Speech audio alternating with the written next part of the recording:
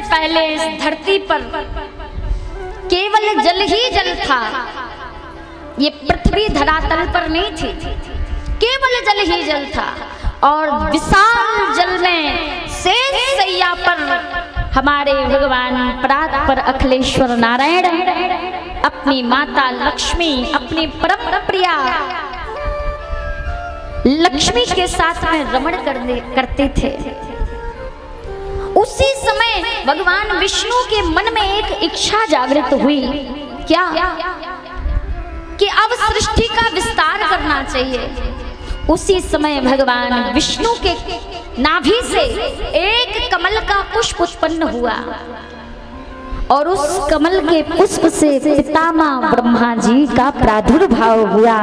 बोले विधाता ब्रह्मा जी की जय। ब्रह्मा जी को कोई बोध नहीं था, कोई ज्ञान नहीं था। बार बार उस कमल से ऊपर जावे फिर नीचे आवे, कई समय तक ऐसा करते रहे ब्रह्मा जी। अंत में ब्रह्मा जी को दो शब्द सुनाई दिए, ता और पा। तप करो, तप करो, तप करो। ब्रह्मा जी ने हजारों वर्ष तक तप किया। उस तप से प्रसन्न होकर भगवान नारायण प्रकट हुए और पितामह ब्रह्मा को वरदान दिया, हे ब्रह्मा, तुम इस सृष्टि की रचयिता हो, विधाता हो, ब्रह्मा हो। जाओ इस सृष्टि की रचना करो, सृष्टि का विस्तार करो।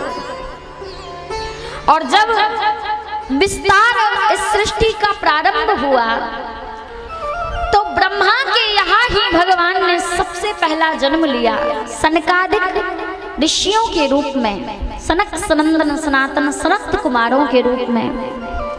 बोले सनकादिक भगवान की जय।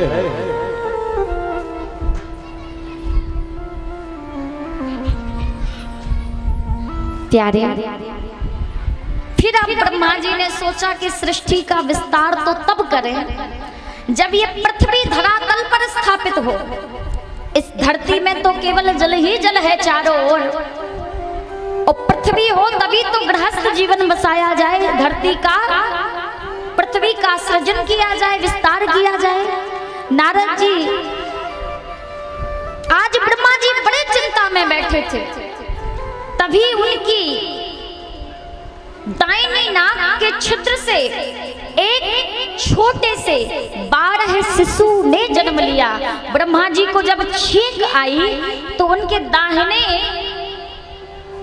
नासिका के छिद्र से एक छोटे से 12 शिशु ने जन्म लिया और इस शिशु ने देखते ही देखते पर्वताकार रूप धारण कर लिया। ये 12 और कोई नहीं, साक्षात भगवान थे, जिसने ब्रह्मा जी की नाक से इस पृथ्वी को स्थापित करने के लिए 12 रूप में जन्म लेकर ब्रह्मा के यहाँ भगवान आए। बोले 12 भगवान की जय।